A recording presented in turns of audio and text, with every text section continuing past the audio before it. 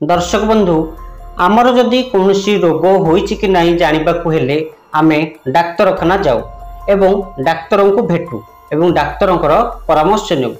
Doctor जदि कहिबे medicine रे भल हेबनी तुमको ऑपरेशन करा जिवो तेबे आमे जई ऑपरेशन करिथाउ। जदि ऑपरेशन ठीक ठाक हुए आमे भल हेउ जाऊ। भल होई गले डाक्तर को भगवान का अवतार बोली संबोधन करिथाउ। आउ जदि ऑपरेशन रे किछि त्रुटि रहि जाए आमर मृत्यु हेबार संभावना रहि जाए ताहाले दर्शक बंधु आपण माने कोन करिवे। आज आमे आपन को एमिति एक ऑपरेशन विषय रे कहबू। आपण एही घटना को सुनिले ताज्जुब होई जिवे। ता पूर्व आम वीडियोटी जदि आपन को पसंद आसीबो दयाकरी लाइक करी आम चैनल को नुआ करी आस्थिले दयाकरी टिके सब्सक्राइब करि दियंतु। दर्शक बंधु अमेरिकार कैलिफोर्निया रे जड़े महिला डेलीवरी समय रे एमिति किछि घटिला जहाकू देखि डाक्तर नर्स हॉस्पिटल स्टाफ एवं खोद गर्भवती महिला स्वामी मध्य आश्चर्य होई गले एवं हसिबा को समस्ते लागिले।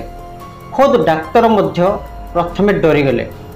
दर्शक बंधु प्रसूति सिजरियन समय रे डाक्तर ऑपरेशन करुथांती। प्रसूति पेट भितरे डाक्तर हाथ काढ़ा को चेष्टा करुथांती किंतु डाक्तर हाथ काढ़ी पारिले नाही। डाक्तर प्रथमे भाबिले एमिति कौन हेउची। जेतेबेले निरीक्षिकी देखिले सेतेबेले एक शिशु कन्या डाक्तर आंगुठी को जाबुड़ी धरिची। तापरे सेठारे उपस्थित नर्स एवं हॉस्पिटल स्टाफ एही घटना देखि मिराकल बोली कहिबाकू लागिले। एही घटना को खोद कैमेरा रे कैद करिसेंती प्रसूति स्वामी।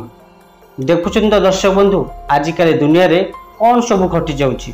दर्शक बंधु जदि आमर एही छोटिया वीडियोटी आपन को पसंद आछि दयाकरी लाइक करी आम चैनल को टिके नुआ करी आस्थिले सब्सक्राइब करि दियंतु।